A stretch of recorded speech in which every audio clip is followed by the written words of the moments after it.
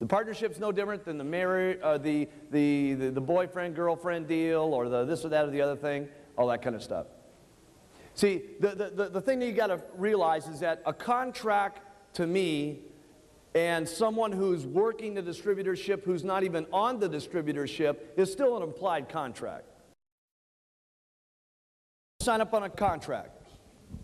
You're locked there, okay? You're stuck in that contract with that group, okay, for all the terms of the contract, all right? No matter what, unless the 3 upline earning supervisors, okay, release that person, because who has got the rights to that downline? The people who are in that line that are earning income off of it. What do you guys do, okay, what do you guys do if you're afraid, okay, about a meeting, okay, and a person, and you think they're going to get robbed? What do you guys do? Okay? Make certain that they're on your application first.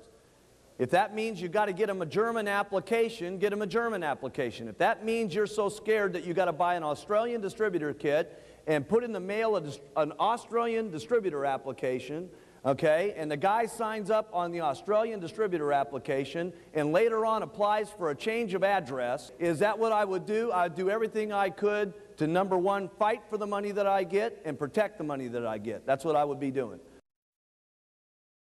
What needs to happen at an Herbalife business meeting is Herbalife.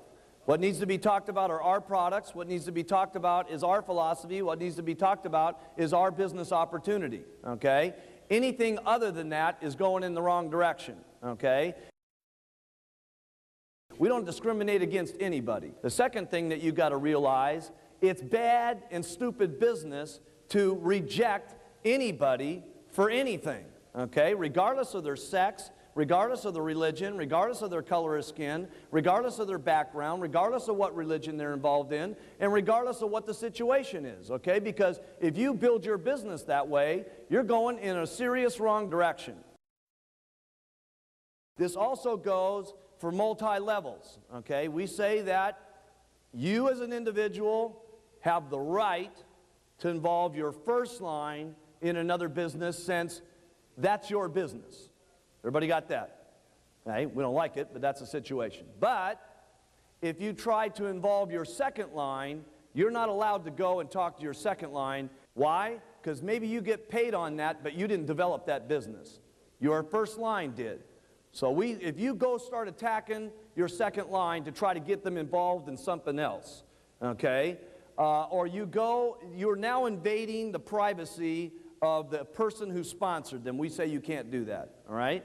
If you go raid anybody else's organization and start getting them into the thing, okay? There's a couple things that happen. Number one, you can't participate in production bonuses. And number two, when we find out about it, okay, and you guys let us in on the know on it, there's most of the time, okay, if the organization's getting real hurt, we'll stop the checks, okay, even though it may not be able to be done in some areas, okay? You guys get it to us. We feel serious about it. We'll hold up the money and try to slow up the process, okay, of these guys raiding your organization. Smoking in these deals and stuff like that, okay? You guys got to start remembering who and what you are. Jim Rohn said something at the end of the deal here that was very important.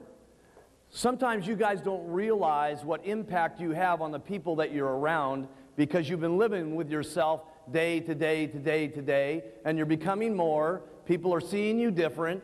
People are respecting you different. And sometimes you don't even realize yourself who and what you are have an impact on a lot of people that you're around, okay? So you guys have to be very mindful, okay, of what you're doing. How you look, how you dress, how you act, what you do in front of the people that you're around. This includes doing stuff that's not necessarily great looking for our business. Let's start acting like millionaires. Let's start thinking like millionaires. Let's start being millionaires before we get there and stuff like that. That's what I had to do, okay? I had to start talking about millions before there was millions. I had to start talking about big checks before there was big checks. I had to start talking about big business before there was big business, okay? Let's start being more than what we are, and at the same time, let's be mindful of what we are. There's a couple of ways to recruit that I just want to remind you of here. No question, one way is first-line recruiting. But there's also what's called secondary recruiting. So my goal always was, after I went through my circle of influence, doing every single thing I could to try to first-line recruit, which meant I was doing everything, by the way. And for those of you that don't do everything, you should at least know everything as leaders so that you can pass out the menu to everybody. What do I mean by that? Some of you, if you don't ever learn this, fine. Can you get rich without what I'm telling you? Yes. Can you get richer with what I'm going to tell you? No question about it. Some of you are good at only handing out flyers. That's what you are good at. Some of you are good at only doing flyers to get first-line recruiting going on. Some of you are good at only getting people in front of the HBN network, and that's what's making it happen for you. Some of you are good at just getting people one-on-one. You do presentations one-on-one, okay? And that's what gets you first-line recruiting. Some of you are good at doing this mailing program that you got going on, okay? This direct mail response deal that some of you are doing out here in the audience. And that's what's making it score for you, okay? There's a lot of different things. Some of you only recruit off your buttons. But I'll tell you what you're going to make a big mistake at as leaders if you don't know. Knowing the menu. See, if you only continually be good at flyers, and that's all you ever tell anybody about, flyers, flyers, flyers, flyers, flyers, flyers, flyers, guess what? Out of 10 people, there's going to be 7 of them that don't like flyers, that join your companies. And there's going to be, because they're all going to be different types. Some are going to like flyers. Some are going to like ads. Some are going to like one-on-one. Some of them are going to like the buttons. Some are going to like watching the television set. Some of them are going to like doing one-on-ones or using the direct mailing program. They're all going to like doing different things. And unless you know the menu, your advantages go way down on how you can attract people to the company. So make sure that you, even if you're not using the menu, that you know how to tell somebody about the menu. See, it doesn't make any difference if you don't use the menu. See, there's lots of stuff, myself personally, I wouldn't do. I wouldn't do it. I couldn't do this direct mail program that some of you are doing. I couldn't do it. Me personally. That doesn't mean it's bad. It just means that I wouldn't do it. Okay? Me personally, I love the flyers. Me personally, I love the advertisements.